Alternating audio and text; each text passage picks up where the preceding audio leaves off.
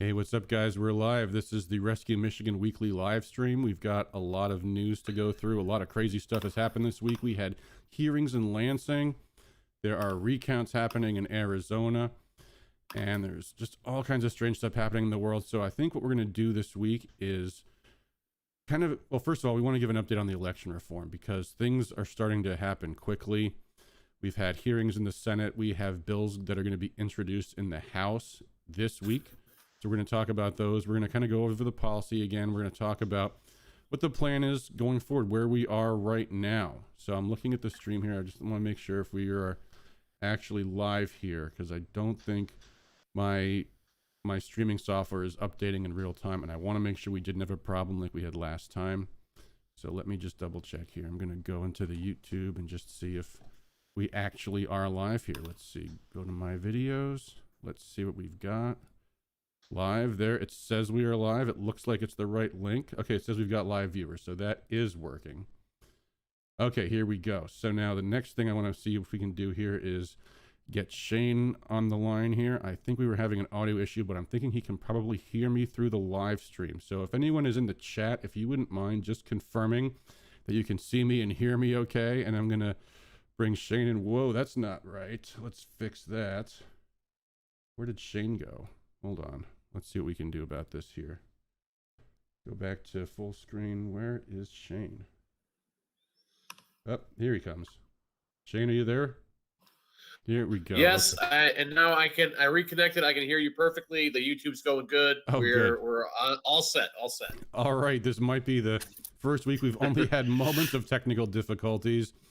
Obviously, it's been a mess for the last two, but we were at least able to capture the recordings. If you didn't catch last week's stream, I hope you go back and watch it. We had an absolutely fascinating interview with Phil Ellison and Matt Granda. On one hand, we went through their elections lawsuit against the Secretary of State, which is actually perhaps still ongoing because they are now also on behalf of Gina Johnson filing a suit against the Secretary of State because they impeded her poll challengers at her recounts. So I hope you check that out if you didn't already. And then also we talked about the case of Lucas Gerhard, who is facing one of the most outrageous criminal prosecutions in our state's history. And you guys donated, I think, close to $3,000. Maybe it's been more than that since the last time I looked. So thank you all so much. I do keep in contact with the Gerhards on a regular basis, and I know they're extremely grateful for all of the support. And Lucas in particular, it's what's keeping him sane. So thanks so much for everybody who has donated. So I think while we're still waiting for a few folks to come in, because it's not common that people are waiting for the stream to start, and it was just 8 o'clock. So I think maybe in the beginning, we'll just kind of go over some news, and I've got some stories, but Shane, you're an actual reporter, so maybe you can also catch us up on all the crazy stuff that's been going on in the world. Well, I just want to bring up one thing. This caught my attention today, just to show you how evil and rotten the government is. This is a story from Detroit where this guy has a restaurant where the paint that shows you where the handicapped spaces are had been completely worn down, and the city police were just ticketing people left and right for parking in the handicapped spaces because they couldn't see it was a handicapped space. So the owner of the restaurant decided to do something for the community and paint the handicapped spaces to designate where they are. So what do you think the city of Detroit does? They power wash the paint off. And this piece of human trash says, this Prasad Nana Panini, the owner of the restaurant, says, "I did the right thing, standing next to the bright pavement." The engineer, piece of human garbage, says, "I'm not sure about that part." They washed the paint off of the handicapped spots. That just tells you everything you need to know about the government. That's their attitude. You can't even do a good deed if the government's not taking taxpayer money to do it for you. And hey, also, of course, people were getting ticketed. It was probably a nice little side profit the city was getting for people parking in handicapped spaces. It just makes you sad. So that caught my attention. Little small injustice in the world, but obviously there's a lot more news. In fact, last night I did a video about what's been going on in Chelsea, where a judge has claimed that there is now a constitutional right for people to obstruct traffic. And the pretext for that was because a few years ago, the legislature passed a law clarifying that people soliciting funds for charity at the roadside can raise money by the roadside. And a judge in Washtenaw County claimed that's a content-based regulation of speech. Therefore, everybody's allowed to block the streets for any reason at all they want. So I made a video about that, talking about how you can use that issue to develop, or any issue, but looking at that issue, how you would develop a legislative project to fix that. So anyway, those are some of the things that have been on my mind these past few days. But of course, I know we all want to get to the election stuff. But Shane, what's going on? I'm seeing you're posting some links, and just tell us the stories. What's been happening? Okay, yeah, I sent them in the link, so if you want to pull them up, people can kind of follow along. I'll just go through them quickly. A few. I got to hold on. Let me, because the last time I went to Big League Politics, I was having a problem disabling my ad blocker on my browser. But maybe I'll try a different browser and see if I can make it work. So yeah, hold on. I will. Stupid new, yeah. Yeah, go ahead and do that. I'll see if I can make it work on my end here. Hold on. Yeah, you go ahead. Okay, I'll just go into them. Sure. First article I kind of want to talk about is the aftermath of the Derek Chauvin, George Floyd disaster. And when I saw the video, the initial video of what looked to be Derek Chauvin kneeling on George Floyd's neck, it looked bad, of course, and then it was amplified by the media, and our whole country burned as a result. So before anyone knew any of the real facts of the case, these cops were already guilty, in the court of public opinion. But the feds are dedicated to making examples out of the four cops, not just Chauvin, the four cops who oversaw George Floyd as he was overdosing on fentanyl and died. And throughout the trial for Derek Chauvin, they had shown that everything that we were told about the event was a lie. In fact, he was not kneeling on the neck of George Floyd. He was on his shoulder blade. They can't point to one racist incident, one racist word, any racist attitude that these cops had. It was called a hate crime before anyone knew any of the details about it. Of course, Derek Chauvin was found guilty of murder. If the jurors did not find him guilty, there'd have been a mob of thugs at their door threatening their children. So it was obvious why the verdict was, come to as it was. But what is really pathetic, what is really disgusting, really shows just what a kangaroo court, just what a Soviet-style show trial this was that the four cops have been hit with additional federal civil rights charges. So, double jeopardy, they're throwing the book at them. They're going to get these people's scalps no matter what the facts of the case are. And as a matter of fact, it came out, and I did another story on this as well, that they were going to arrest Derek Chauvin on the steps. I was just going to say, yeah, I thought I'd read that right. So even if the jury had found him not guilty, they were ready to arrest him on the spot. Absolutely. And I know, a lot of liberty-minded people are very, acutely aware of police abuses. And, we just were going on about how, these government enforcers are some of the worst people in the world. But, we're in a situation where, if you're accosted by some thug or some drug addict, and you defend your property, if you defend yourself, then, the cops will, arrest you. This is what BLM wants. And of course, we have tyranny now. We have, our liberties have been restricted in a million different ways, but it can get a lot worse. And we're seeing it get a lot worse now. And, I know there are probably some libertarians out there who think, oh, these cops, they were thugs. They deserve what was coming to them. Well, it's going to be happening to you. It's going to be happening to any person who stands up against the mob or stands up for their own rights when, they're dealing with, and if you look at the tape of George Floyd during the police encounter, the full tape, the full police video, yes, he was completely belligerent. Yes, he was resisting. Yes, he was dangerous. And if you look at the full tape, I believe the cops showed remarkable restraint considering the circumstances. And we're in a position where cops are going to be too scared to defend the property rights and defend law and order, but they will defend the rights of a mob to come to your doorstep and commit acts of terror and commit property damage. They'll call the property damage nonviolent crime and let them all free while you are persecuted for defending yourself. So that's what this whole story is about. That's the crux of this whole story. Show trials. Four cops who oversaw George Floyd's death are hit with civil rights charges up on big league politics right now. And not only that, but even if Derek Chauvin was actually guilty of all of the charges that he was convicted on, that still doesn't mean he should be denied a right to a fair trial. That still does not mean he shouldn't face double jeopardy. That those are basic rights that you have to protect in the most extreme circumstances, because if you don't, they become the template for tyranny every other which way. And No the other doubt. big element of this is also to send a message to the right, in particular, the discrepancy in how they charged demonstrators at the Capitol versus how they charged demonstrators in Minneapolis is to spread intimidation. It's to get you to stop. It's to it's to chill speech.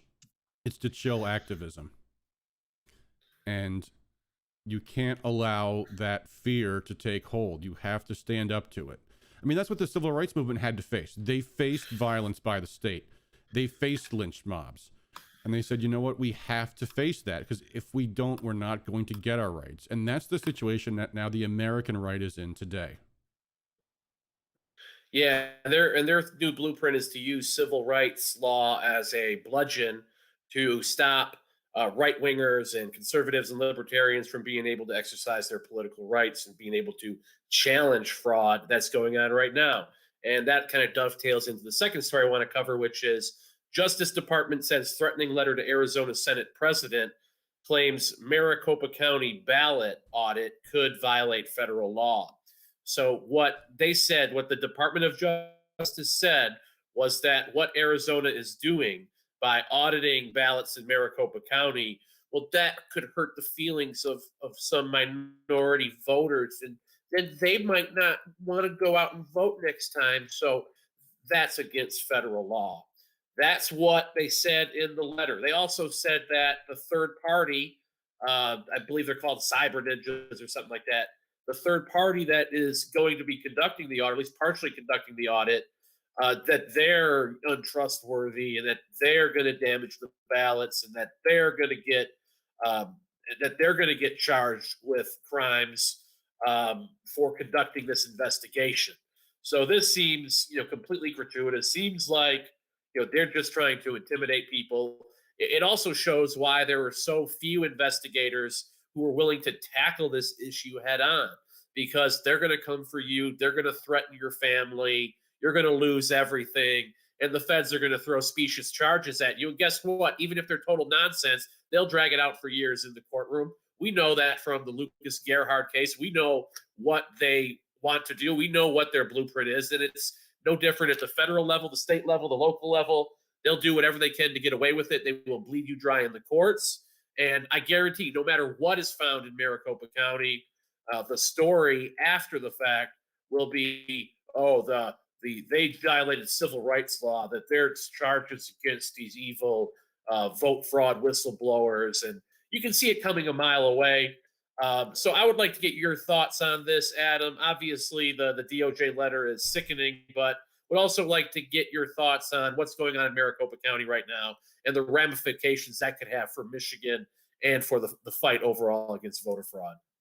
Well, and first of all, I don't claim to be an expert in what goes on in Arizona, only because it's so much to keep track of in all 50 states. I will say this: the extraordinary degree that they are trying to stop the recount, to stop the audit, is something that they wouldn't have if they weren't afraid of what the audit and recount are going to find. But as for how that impacts Michigan, I mean, if it does turn out that incredible things are discovered in Arizona, that certainly opens the door for more investigations and lawsuits in Michigan. But let's see what happens. Let's see how the process plays out. It feels like this has been going on for like a full week now, at least. How much longer is this going to take? Yeah, it's I've become so jaded now. Like I see, oh, the shoe's about to drop. They're about to get the big information. It's going to break this thing open. I've heard that so many times. I hope this is it. And I actually am kind of encouraged by how desperate the Democrats have been, how the feds are coming out with this threatening letter. It shows that they probably have something to hide there. I do hope it cracks it open, but I think we're past the point where it could even be cracked open. I think if we had the smoking gun, if all the evidence was presented, if everyone knew exactly what went on, I still think half the public would completely ignore it, would completely go with the false reality, and have completely, submitted to corruption. So that's really the problem. Is that the problem is the people. The problem is a firm majority of the people just they don't care about the evidence. They're going to believe whatever they see on TV, and they've been made worse than human through technology. Well, I would point out, we've already discovered in Michigan, it is a fact that the Secretary of State's signature verification policy was illegal. It is a fact that the impeding of poll challengers, as happened at TCF Center and elsewhere, was illegal. And the litigation on that might not be finished yet. One of the things that the attorneys last week pointed out was they're now representing Gina Johnson, who was a candidate who ordered a recount. And this was weeks after the election. The Secretary of State had their own officials at the recount where they were impeding poll challengers, just as they said they wouldn't. And the lawyer who litigated our suit against the Secretary of State, who settled out of court the Wednesday before Election Day, agreeing to change their policy. Those same lawyers called up the Secretary of State and said, they're impeding poll challengers in total violation of the settlement that we reached before the election right now. What are you going to do about it? And they told them nothing. We are not going to do anything about it. In fact, we don't think that agreement applies to recounts. It only applied to the general election itself. So they are suing the Secretary of State. And actually, it's very clever how they came up with how to establish standing, because the court might say, well, she lost anyway, so the issue is moot. But what they're suing for, is very clever, is for her money back, because the recount costs money. That's how they established standing. Here's how we establish damages. We want our money back on this recount. And if the Secretary of State admits wrongdoing, it may potentially open the door open for, if it goes to discovery, possibly. We don't know if they're going to settle or not. We don't know if they're going to accept a settlement or not. But if it goes to discovery and it turns out the Secretary of State did not follow through on that legally binding agreement that they entered into the Wednesday before Election Day, they could potentially face a contempt of court charge for violating that agreement. So this stuff is all still going on, and that would be a very interesting news story on Jocelyn Benson's record, in addition to flooding the poll books, in addition to impeding poll challengers, in addition to illegally setting a policy of not really verifying signatures, which, as I pointed out in the Senate testimony this past Wednesday, is the only way that people can be sure that those who return their absentee ballots are actually the people who they were sent to. So we have already shown that they took out the guardrails against election fraud. That's a fact. Now, what the remedy will be, I don't know. I mean, obviously, I don't think we're going to turn back the clock on the election that already occurred, but I think it may have a big impact on what happens in the next election, and I hope it has an impact in public sentiment toward, let's say, a citizen-initiated law to change the failures of Michigan's election law right now. And that's where I think we have to be forward-thinking, and I guess that leads to where we are now, talking about what the status is of the election reform proposal. So I guess I'll just tell you all where things stand right now. We've had multiple bills introduced in the Senate, and by the way, we had an extraordinarily successful Senate hearing this past Wednesday. As you know, if you get our email blast, what we were most concerned about was in the 39 bills in the Senate package, there was one that was probably more problematic than any of the others. That was Senate Bill 300, and that was to create an early election day. Every city and township in Michigan would have been required to have an early election day on the second Saturday before the election, 10 days before Election Day. And just thinking about the costs, the complexity, the security hazards of doing that. I mean, it was even in the bill that they had to create a new felony for disclosing what the early results of the early election were. They understood right there. I mean, it was basically an admission that this was going to have a lot of problems with it. So we sent out an email because on Tuesday, the committee had sent out, or no, Monday, I think it was, the committee sent out a bulletin saying we're going to be hearing this bill in the committee. And when bills are, when you get a bill coming up for hearing in a committee, it means it's starting to move.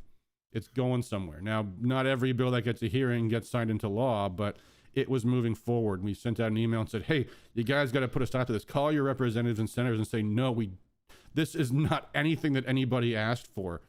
And within hours, it was actually taken off of the Senate's calendar for that hearing. So that right there is a huge win, because that probably was the end of the line for that bill. And that was probably the most problematic of all the bills in the Senate election reform proposal. So that was great. And then the hearing itself was very good too. If you didn't see the video, I did include a link in the last email blast. It's entertaining to watch the whole thing, especially because the chairman of the Elections Committee, Ruth Johnson, just flayed the Secretary of State. And then there was also an activist from an outfit called Voters Not Politicians, which, if you may recall, they were the outfit that lobbied. I don't think it was actually for the election reform. I think that was for redistricting, but it came from the same source, namely out-of-state Democrat money. And Eric Holder. Eric Holder? Oh, yeah? That was his group, yep. And anyway, so yeah, Ruth Johnson just absolutely destroyed the testimony of their activists. So it was very entertaining to watch.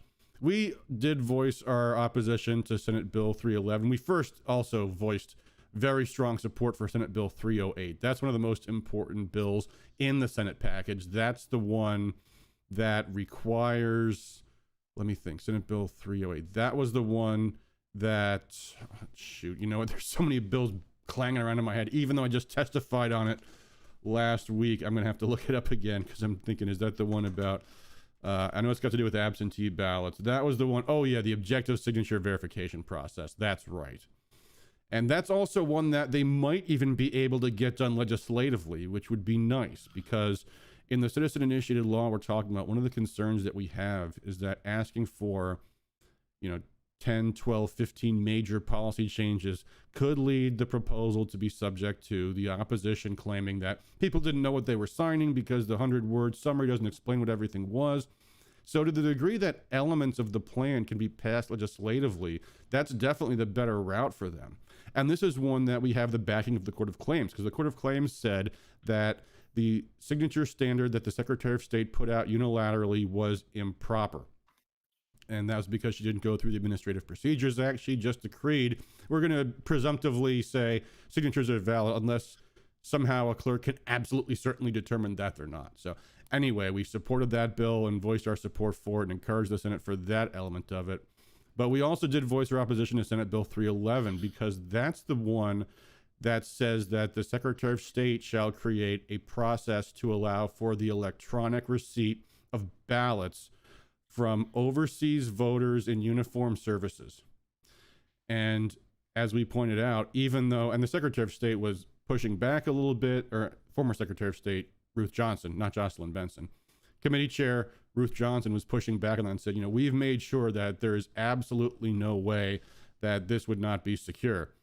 And our response was, we're not saying that this bill will create an insecure process, but when you open the door for paperless ballots and allowing for a process where clerks are receiving electronic ballots, there's going to be a slippery slope here. And as proof of it, the Democrats were opposed to the bill, claiming it has to cover their spouses. And Johnson, to her credit, was pushing back vehemently on that and saying, no, absolutely not. This is only for soldiers who are forward in the field and really do have problems submitting a ballot on time because they're in foxholes. And that's great, but Ruth Johnson won't be there forever. And we don't know if the Senate will be in Republican hands forever. And if you open the door to clerks being able to accept electronic ballots, you're threatening what might be one of the most important safeguards of clean elections, period. And that's paper ballots.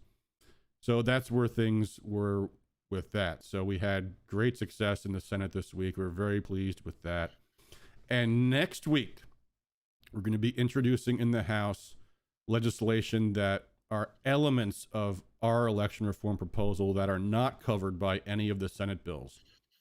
So just to go through some of those, one of them is requiring that ballots have security devices on them. And Shane, did you see the story last week about Tennessee, what they did?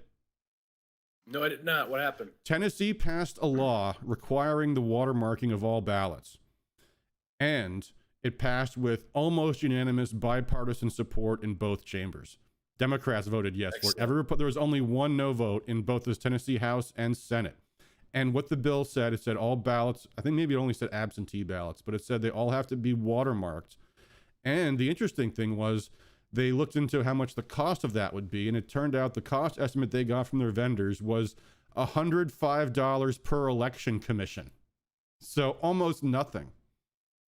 So this is one thing that the Senate bills didn't address, but that's a huge, huge PR win for that policy, because that's the one thing we were thinking might be a concern with watermarking ballots, is how much would it cost to do that? But now we have the state of Tennessee with proof of concept right there. Now, our proposal said color inks and microprinting. Tennessee said watermarking. And, that's what will be worked out in the legislative process. But there again, if that's something that we can pass legislatively and not have to do through a citizen-initiated law, that's one more election security element that we can get done that won't be in jeopardy of being challenged by their side. In fact, just removing it from the proposal means that the proposal will be simpler and therefore stronger in the face of any legal challenge. So that was great news on that score, and we're looking forward to seeing a bill in the House this next week. Another proposal that we've talked about is requiring that the electronic voting machines not be connected to the internet. And as a matter of fact, when we ordered the legislation, the Legislative Services Bureau says another office has already requested that. And that happens sometimes. And the way the Legislative Services Bureau works is these are lawyers that draft the bills for lawmakers, and they are under attorney-client privilege with all of the lawmakers. So they will, if another office has requested the same piece of legislation as your office, they'll tell your office, do you want to continue? Do you want to cancel? And if you want, they will take a message to the other office with your permission, but they're under attorney-client privilege, so they can't tell you which other office has that. So we know that at least 2 offices have requested that bill. And that's to say that the tabulators cannot be connected to the internet, period. So that bill is coming one way or the other. So we're looking forward to that. And I think, Shane, you have some personal experience with seeing the tabulators connect to the internet. Is that right? Yeah, I mean, I was there, and Colbeck was pointing that out. He was pointing out that there's the little tab indicating at the bottom of their screen they saw that the computers were hooked up to the internet as they were tabulating votes on election night. That's a huge data breach, and it was never really addressed or rectified. It was one of the many details that were swept under the rug in the immediate aftermath of the fraudulent election. And didn't the CEO of Dominion testify before the state house or the state senate that their machines do not connect to the internet? Well, it was a weird thing. It was, they did say that at one point, but then they said, oh, well, it can connect to the internet in limited, type of a role. So it seems like there's kind of like talking out of both sides of their mouth with regard to that. Yeah, I mean, of course they connected to the internet. That's what we were trained to do. When I worked at Detroit, what we were trained to do and what we did was at the end of the night, you pull out this dongle that has a modem on it and you plug it into the machine, and then it attempts to upload the results to the local clerks. And in fact, I think what happened was it uploaded it to Wayne County, and then it failed to connect to the city of Detroit. But absolutely, that's what those machines were doing, was they were connecting to the internet to transmit the results. And that's an important element of this, is that the machines are only connecting to the internet just to transmit the results at the end of the night, ostensibly. And that's not something that there is no workaround for. I mean, first of all of the machines print out a tape that says what the results actually are.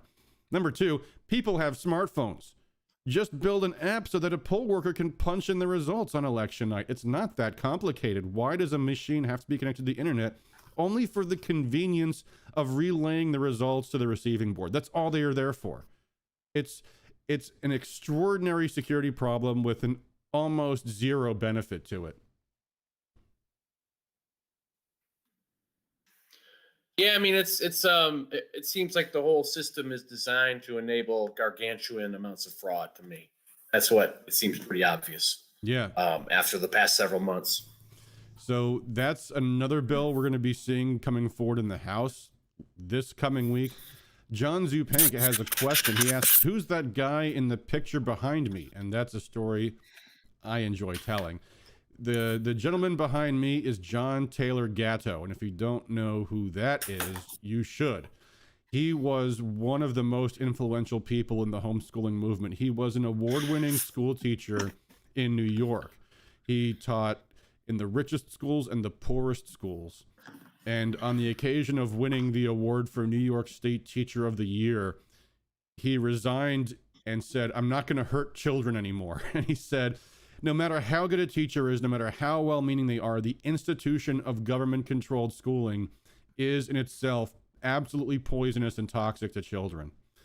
And he was, I think, probably the original source of all of my political instincts and inclinations to this day. What happened was I think it was 11th grade in high school, and a friend of mine found one of his essays on the internet called The 7-Lesson School Teacher. You can look it up on Google if you're at a computer.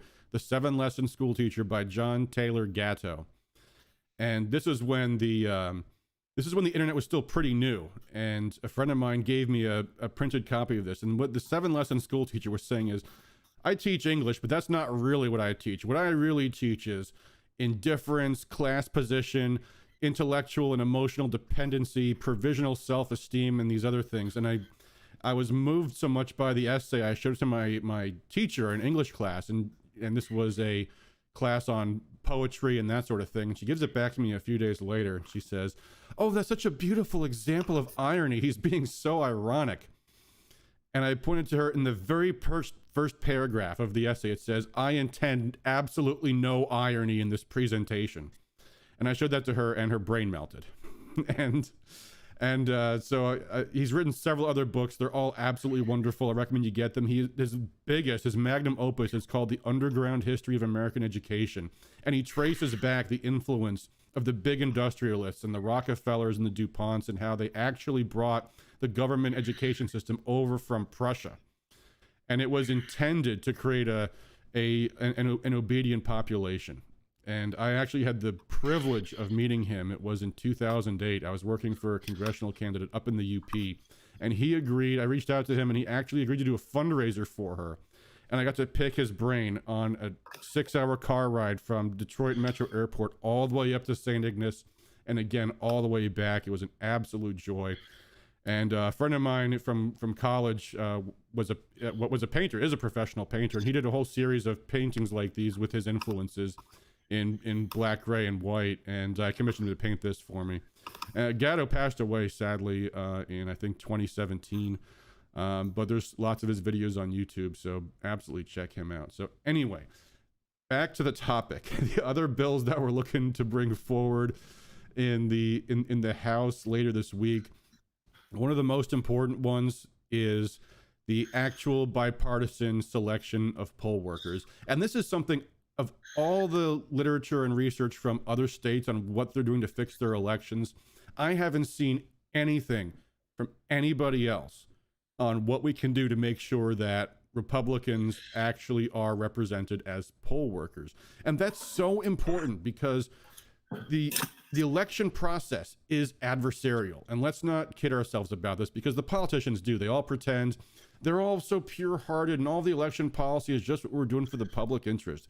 And that's nonsense. Elections are competition for immense amounts of power among two intensely competing parties who will cheat in any way possible. And when one of them controls all of the staff at a polling place, that's a problem. That's why Michigan's election law says they're supposed to hire as equally as possible an equal number of Democrats and Republicans. And the problem is there's no meaningful enforcement of that. So what we proposed in our election reform plan is to say, okay, here's the deal. Let the county parties say who their preferences are to be poll workers, which actually is already in statute. I don't know why it's there.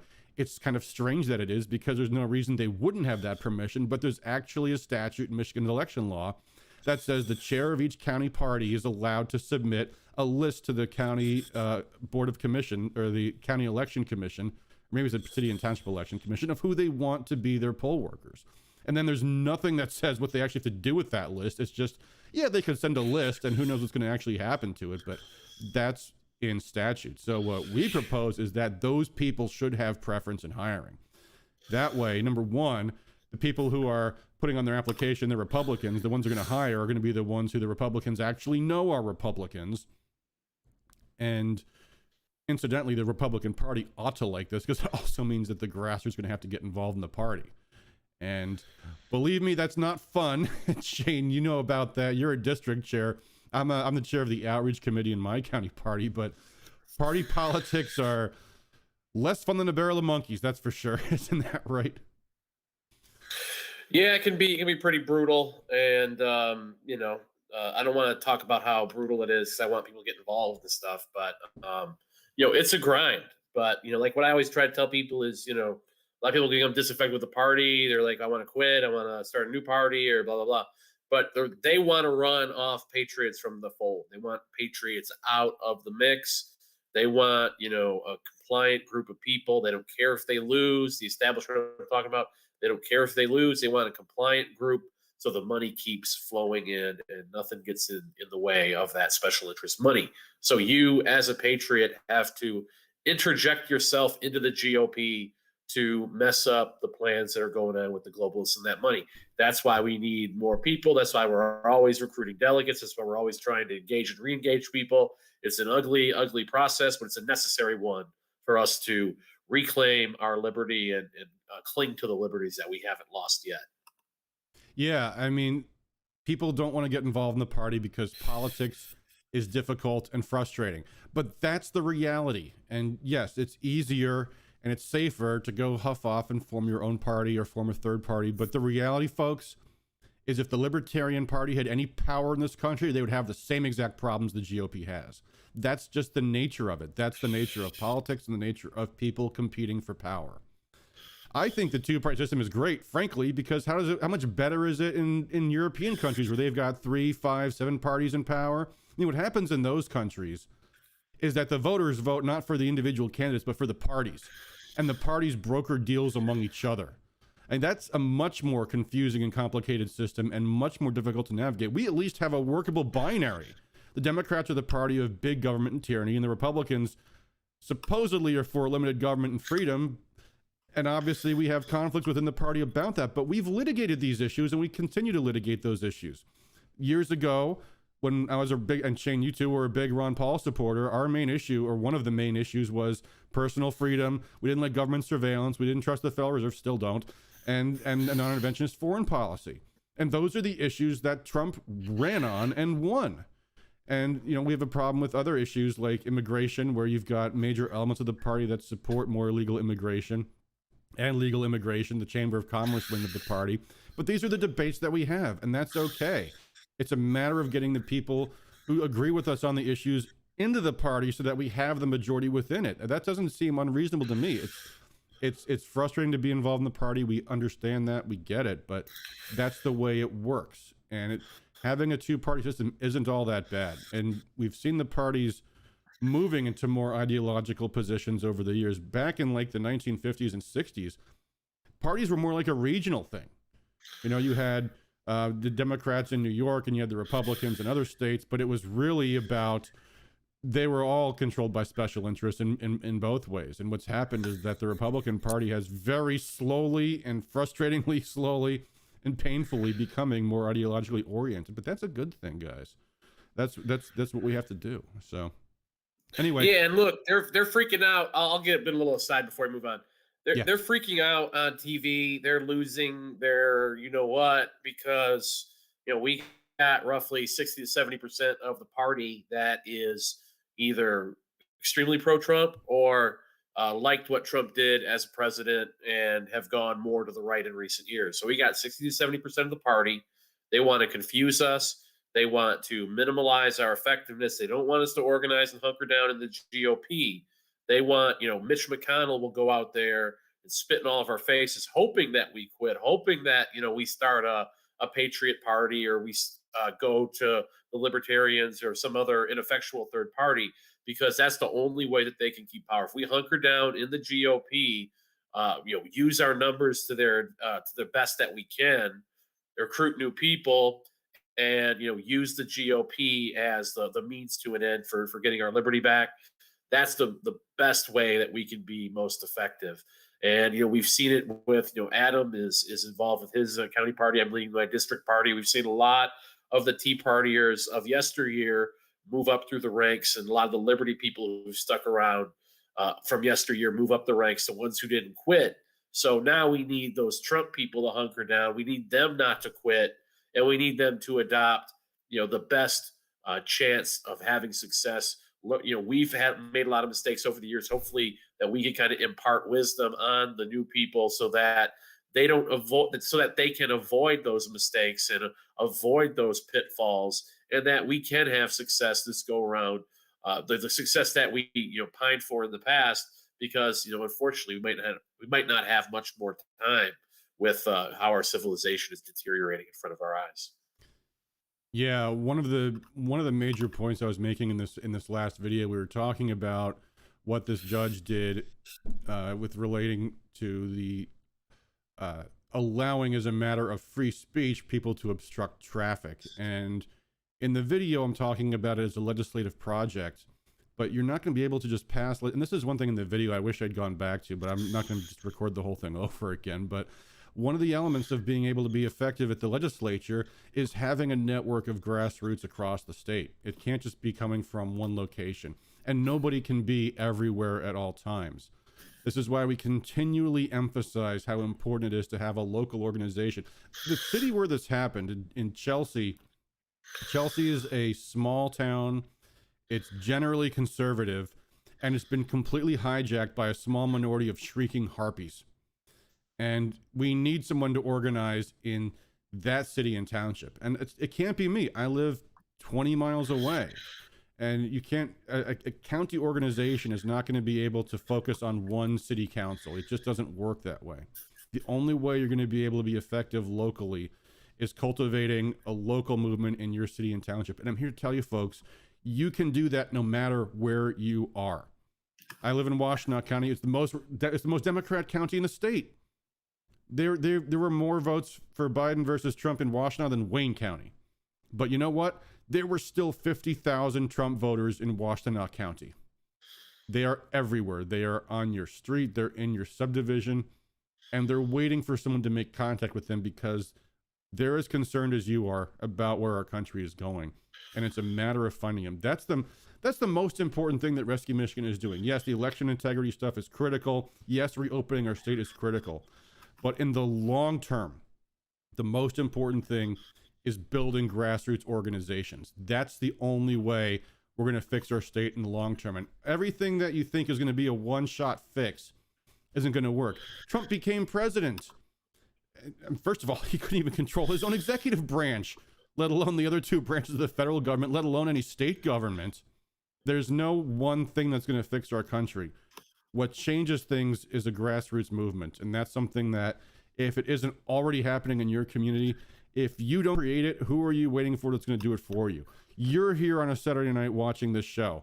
The other people aren't. And what does that tell you? There's no one else that's going to do this for you. So, all right, can I end? Let me just end the rant right there. Sorry, guys. I actually gave a similar rant just hours ago at a group meeting in Stockbridge, and it was a great little group. But they had members from 3 different counties, and same problem. You can't keep track of 3 different counties in one organization. You have to organize locally, and there is no way around that. There's no easy answer. One of the things that we've seen, by the way, Shane, have you heard? There's the old Convention of States is coming back on the radar again. Yeah, I saw there was a lot of reps who had signed on. Some unfortunate names there of like guys you would think would know better, but no, they're oh yeah, we just need to fix the Constitution's the problem. We'll just add some new rules. They don't abide by any of the rules that are in place right now, except the ones that benefit them. But we'll change around a few rules, and then that'll fix things. Just doesn't make a whole lot of sense. And lobbyists are manipulating well-meaning conservatives who are desperate and basically sending them down a wild goose chase that could destroy the entire Constitution. It's really bad. Yeah, the Convention of States movement is amazingly well organized for what it is. You know, it's supposedly a patriots movement that's going to save America and all this, which usually those are the kind of groups that aren't well organized, but they are slick. They've got lobbyists and plenty of lawyers to explain to you how if we have a constitutional convention and we set the terms of it, they couldn't possibly go outside the boundaries of that. And it's just like, you know, given what you know about the judiciary, given what you know about the mass media, given what you know about the deep state, you really think that'll fix everything and nothing can possibly go wrong?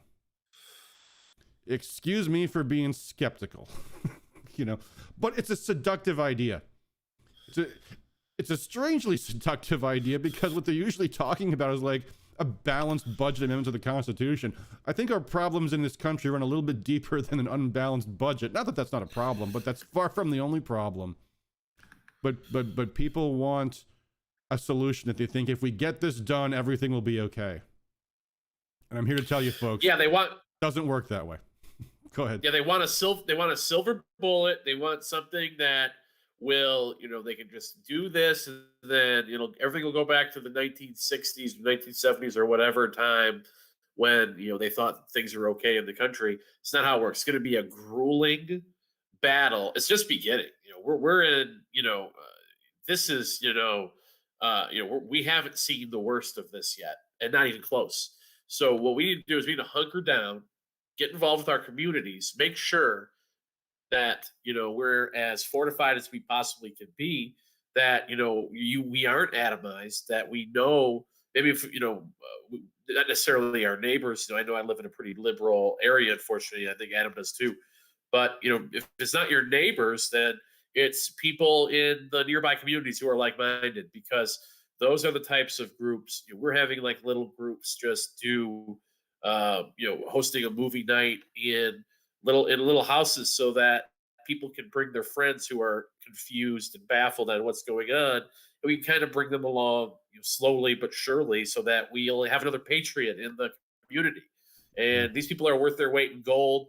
And, you know, it'll only take a small amount of people, hypothetically, to keep society afloat, if the worst case scenario happens. So think of politics as just a way to rebuild the community, excuse to get out there and rebuild the community and meet people and, you know, do door to door. You know, people are scared to do door to door, but that's the only way really that you're going to meet people. You're going to meet like-minded people. Social media, the well's been poisoned. You know, you could be talking to a Fed for all you know on these social media platforms. But if you reach people door to door, you meet them. You know, most of the times, if they're liberal, they're happy to see you. They like that, you know, a person is out there doing this sort of thing. And if you tailor the message right, you can really win over people. A lot of people are disaffected. They don't know what to believe. They've been lied to a million times. They're looking for new leadership, and we can be that new leadership. We just have to be the ones to take the initiative. It's like Adam said, no one's coming to save us. All right, I got 3 points to make in response to this. First of all, I live in a conservative area within a liberal area. Oh, okay. Washtenaw County is hopelessly left-wing, but somehow my township, I live near Milan, and somehow Ann Arbor has been blowing up and getting bigger and bigger, and somehow that toxic spread of liberalism has gone into Ypsilanti and Saline and Dexter, but it hasn't gotten to Milan somehow. The city has not gotten much bigger over the years. So there's that. Second thing is that we have a special guest coming up. I was hoping to get him on tonight, but we couldn't make it work. But I think we're going to probably have him on sometime next week. His name's Ken Mateo, and he is actually a professional political consultant. I guess I am too, but he also is, and he worked for many years with Representative and then State Senator Jack Brandenburg, and he worked in his office, but before that, he was also on his campaign. And he is an absolute master at door knocking and identifying the red meat issues that win elections. And actually, Jack Brandenburg, when he came to the State House of Representatives, he took a seat that had been controlled by Democrats for, I think, more than 60 years. And we're going to talk about how he did that, because he identified an issue that was not something that the average political consultant would talk about. But he discovered it by knocking on doors. And that's one of the other great things about going out and meeting people, is you get to figure out, you get to test which issues really are the best issues.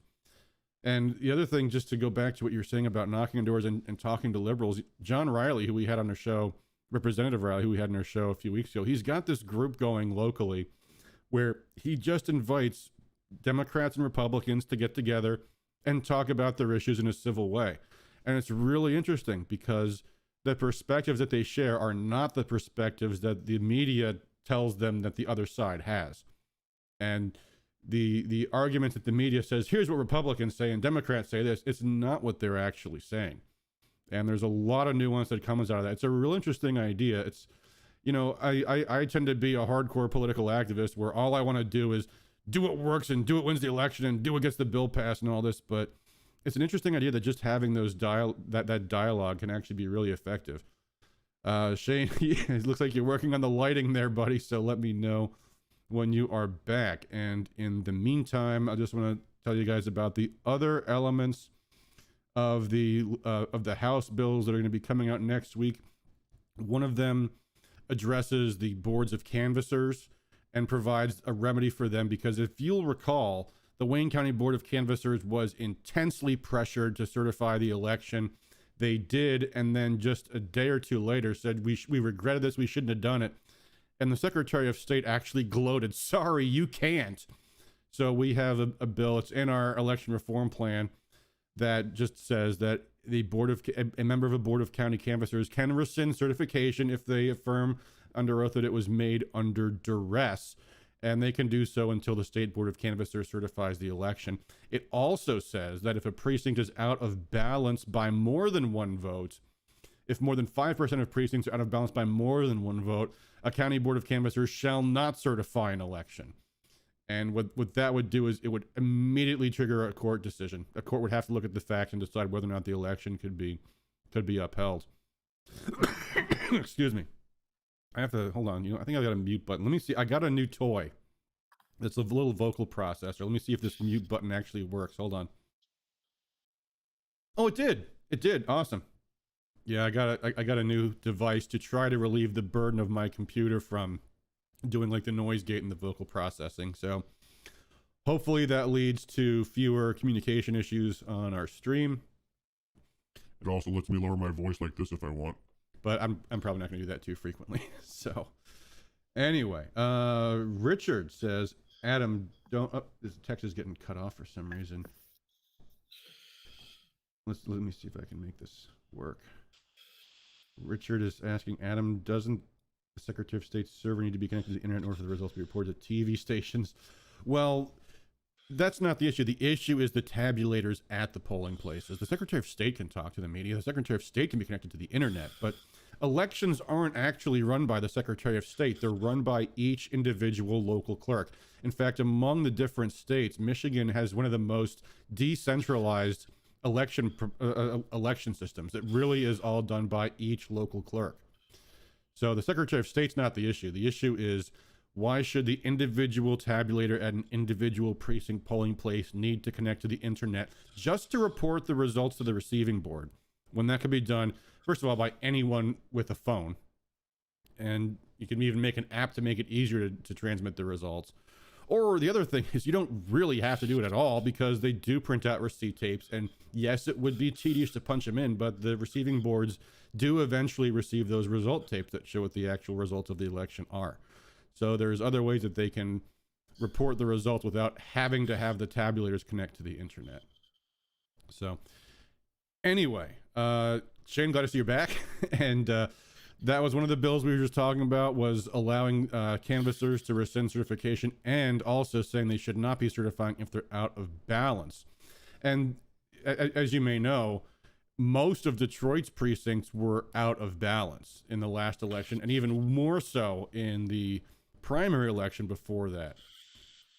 And it's one thing if a precinct is off by one vote, but if a precinct's off by more than one, if a lot of precincts are off by more than one, something funny's going on. And that's where it really is important that there be actual adjudication of the issue, because an election shouldn't just be certified when there's far more problems than there really should be with the results. So that's another bill that we're looking to see introduced this next week.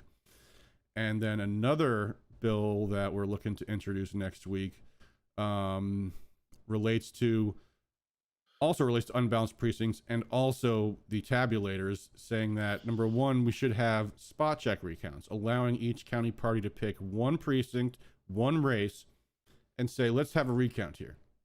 Now, you might say, well, audits do that. Well, yeah, but who really decides who's randomly selected for an audit? By having both parties have the ability to choose which one precinct gets recounted, you now have a problem with someone trying to hack a Dominion voting machine or any kind of voting machine, which is, how are they going to know before the election which precincts are going to be recounted? Because it's logistically really complicated, not just to hack into a voting machine, but then also to have the paper ballots match the discrepancy of the electronic ballots. So if you remove the ability of them to be able to safely assume any precinct won't be recounted, that goes to the integrity of the election overall. And then the other thing is to address the fact that if a precinct is off by just one ballot, it's deemed unrecountable.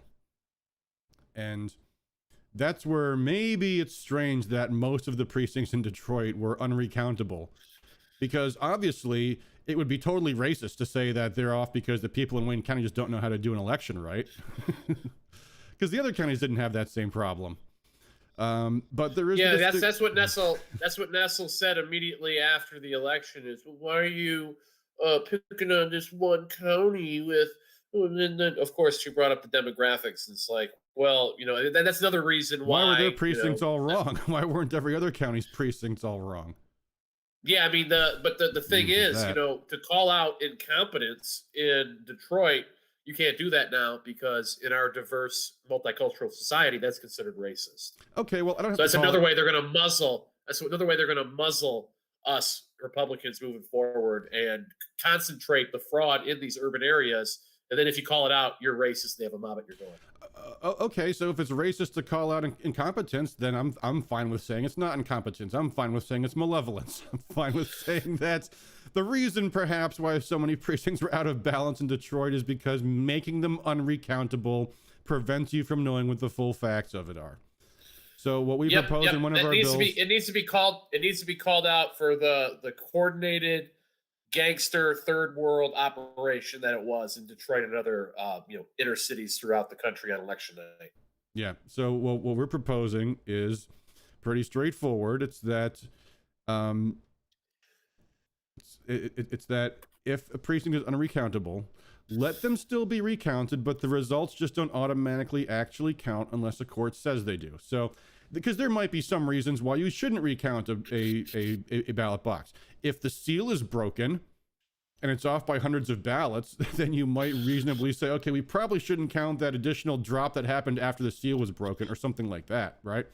But on the other hand, if the precinct says it's off by one and you recount the ballots and there's an extra 200 in there, or there's missing 200 in there, then maybe the recounted results are important. So this would let you at least get the facts, and the facts would be known from the recount, and then a court of competent jurisdiction will be able to apply those facts to deciding what to do about it. So that's what one of the other bills is that we've got in there. And I think the only other one that we have is one that increases the training of poll workers to ensure that they understand the rights of poll challengers, that they know that it's a felony to impede poll challengers, that poll workers have to wear name tags. So if they criminally impede a poll challenger, their identity will be known for a criminal complaint. And it also, I think, enumerates some of the rights of poll challengers. And this came from the Senate bills. However, I stress, poll challengers already have these rights. It's okay that we're putting them into statute, but it's not like they don't have them in the first place. So those are, I think, all of the 7 bills that we're hoping to see introduced in the House next week. I think all of those are among the most important elements of an election reform proposal, because they address all the different things. So we hope that, and we'll be working to make sure that a citizen-initiated law does contain the most critical of these elements, hopefully all of them. But that's where the discussion is now, and it's going to be moving forward pretty quickly from here on out, because we've been discussing all these with stakeholders. We've been talking to lots of other groups about this stuff, and the time is approaching. The state party is already saying they've got the support they need to be able to do something. We need to make sure that they don't do the wrong thing. We need to make sure that if they're going to do this, if they are going to do the citizen-initiated law, it can't be something that the grassroots can't support. It can't be something that's missing huge critical elements. So if they do nothing about the machines, if they do nothing about poll workers, then we've got a problem. So that's where we are right now. Is there any timetable on when they're going to get this the language ready for the petition, and what is the deadline for us to get this on the ballot this year so that it's in effect for next year's big election? I haven't seen any answers to these questions. You know, I'm afraid they're just playing beat the clock like they always seem to do in these sort of situations. Well, a couple of things to that point. So first of all, here's the actual deadline. The absolute drop dead deadline for the Secretary of State to certify the signatures is July of next year. And we have to give her at least, I'd say, 120 days, 4 months to get them certified. So that takes us back to next March. The window for collecting signatures is 6 months, although we might not need the full 6 months. Unlike Michigan, got their signatures in less than 3. So hypothetically, I would not say we should start any later than September, and sooner would be better. But at the same time, we don't want to rush this out and think that we absolutely have to get this done right this minute and rush the policy. And frankly, what we've been doing more than anything else in these last few months is urging people, don't rush this. That's why we released our election reform proposals and called them public drafts, because we want to get people's input. We want to make sure we're not leaving elements of a policy behind. We need to get this right the first time because we only get one shot at it. So that's why we're taking our time. We still have a considerable amount of time. I'd like to get this thing started by Memorial Day, but it doesn't have to be. It could start in June, July, August, and again, sooner the better. But remember, even if we win, it's not going to matter until the next election anyway. So the important thing is that we take the time to get the policy right, and we still have a good amount of time to do so. So, anyway. You think there's zero chance of this being implemented for the 2022 election? We're just sort of gonna go into 2022 with the same laws? No. Hope. Okay, go on. No, if we start in September, we can still have this thing done in time for the next election. I'm saying that's how much time we still have, and maybe even later. I mean, if this gets done as fast as Unlock Michigan got their petition done, you could start next January and you'd still be on time. So no, we are not in a rushed panic, and we don't want to act like we are. The urgency is making sure that if the state party does this, they don't screw up the policy. And that's why it's so important that when these House bills come out, we start really turning up the pressure on these, really getting grassroots talking about these elements, because we don't want those to get left behind. That's going to be the most important priority for at least the next few weeks. So that's why we're talking about all these things right now. Excellent. So what, if, we get this done in enough time, what ballot would this go on? Like, what vote? Would this be like an off-year vote, or when would the public actually decide on the referendum? In a citizen-initiated law, you don't have to go to the ballot necessarily. The way Unlock Michigan worked is, if you get the signatures, the legislature has a period of time when they can pass the law, and the law will be veto-proof. Now, if they don't pass the law, then it goes to the voters on the next ballot, and that would be the November 2022 ballot. But that's not the result that we want, because to do that and be successful, we have to actually win that fight, and that means persuading a majority of Michigan voters that this is a good policy. And that might not be easy, because the opposition's not going to sit silently and just say, yeah, they're going to do that, it'll be fine. No, they're going to attack it from every which way possible. They're going to call it racist and everything else.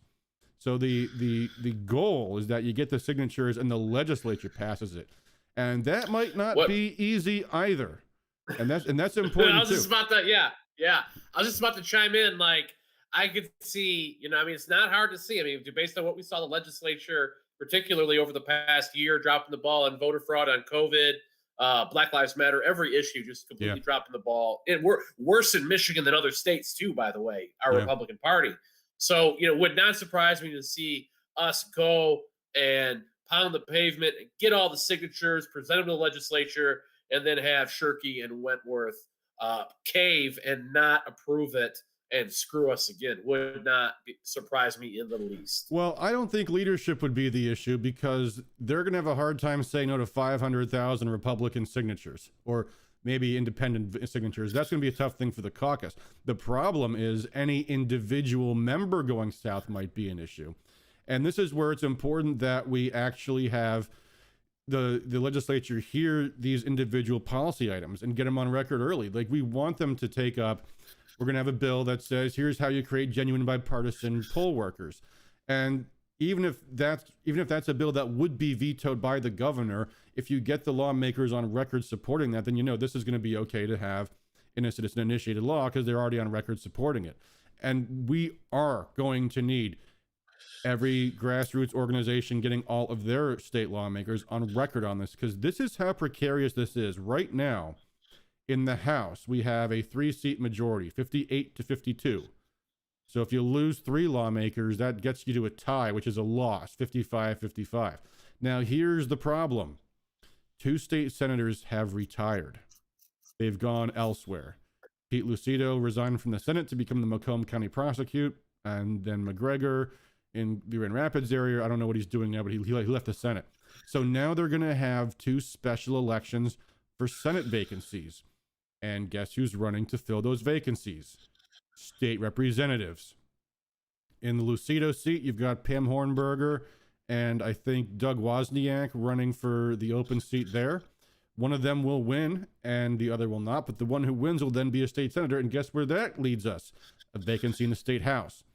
In the McGregor seat, there are 2 state representatives and one other guy, a former state rep, running for that seat. Unless the former guy wins, if either of the 2 incumbent state reps win that primary, which I think is in August, then there's a second vacancy in the state house. That gets us down to 56 Republicans in the House. That means the margin for error is very, very small. So we're going to have to make sure there is near unanimity among the House Republicans and Senate Republicans that they support these things. And that's going to take the grassroots. That is going to be critical. So these are all considerations that we're watching very closely. This is why we're talking to the party. This is why we're talking to the legislature. This is why these conversations are so essential. Because there's any number of ways this could go wrong. And we have to make sure we see everything that could possibly go wrong and work proactively to avert it. So on that note, it's 9:07. We've been going for over an hour now. And it's been a long week. We've had the Senate hearings. We've had, I've been to all these different grassroots meetings. There's so much going on. I think we've covered the most important, pressing stuff. But Shane, if there's anything you want to go over, otherwise, I would just say that I think we're looking to expand our operation these next few weeks because if you've noticed, there hasn't been much updating on our website lately. I usually post lots of articles on our blog, and there's been just so much going on. I have not had time, so we're looking to expand that and bring some other content creators on board. So we'll talk more about that when the time comes. In the meantime, I think we're about ready to sign off. Is there anything, Shane, you wanna add for all that we've talked about this week? Yeah, I've been reaching out to different activists across the state. We're going to try to have regional coordinators, I think, for Rescue Michigan in the near future. So if you're interested in that, we're kind of in the Metro Detroit, southeastern area, me and Adam. So we want to get, people on the northern side of the state, the thumb, other regions of the state, west side of the state, and everywhere in between. So if you're interested in helping on this, momentous project, this grassroots project, to give the not just the election fraud plan to stop that, but also the state-of-the-art database that allows you to have voter lists, to run your own sort of campaign at the local level, and have the tools that the pros have, that the pros spend thousands of dollars per month for. You get them for free through Rescue Michigan. So we're going to promote this database, make sure that activists in every square inch of the state are using it. So please spread the word. We're going to be recruiting people, so reach out to Adam or myself, and then we can really kick this up a few more notches and make this the kind of the organization that lives up to its name and Yep. rescues the state from the tyranny that we've been dealing with for so long. Excellent. Thank you for that, Shane. Yes, please, folks, if you haven't already, check out rescuemichigan.com. We've built these tools to be used. We've got forums for tracking state legislation, and there's a lot of state legislation coming fast. So please, take advantage of those to network with all the other grassroots leaders around the state. So sign up at rescuemichigan.com and contribute. And all right, I think we'll call it a stream. And then when we have our next one, we will send out an email about that. And once again, thanks for all that you guys do for liberty.